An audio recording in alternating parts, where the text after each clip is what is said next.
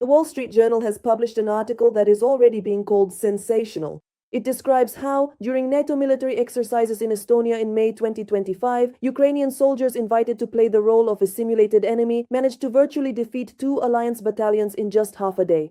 Now, the 412th Nemesis Brigade and the 427th ROUTS Brigade, which are part of the Unmanned Systems Forces, have shared new details about how exactly the Ukrainian drone operators managed to achieve such a result.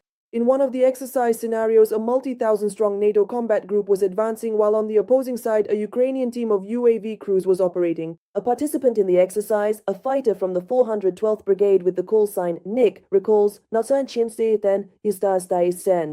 "We carried out missions to strike and destroy the forces of the simulated enemy, mined logistical routes, and delivered various supplies to friendly units.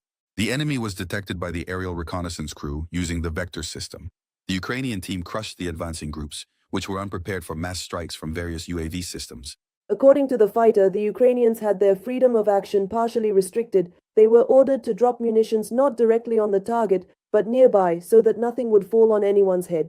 The destruction of 2 battalions, as claimed by the Ukrainian drone operators, was the result of a series of mistakes made by the European units. The equipment moved in large columns without proper camouflage, the infantry did not take cover when UAVs appeared, and the roads were not checked for mines in advance. The exercises showed that the realities of modern warfare dictate new rules, for which our partners are not quite prepared. The tactic of mechanized assaults with large amounts of equipment is no longer relevant, and everyone on the battlefield must understand that the main threat now comes from the sky.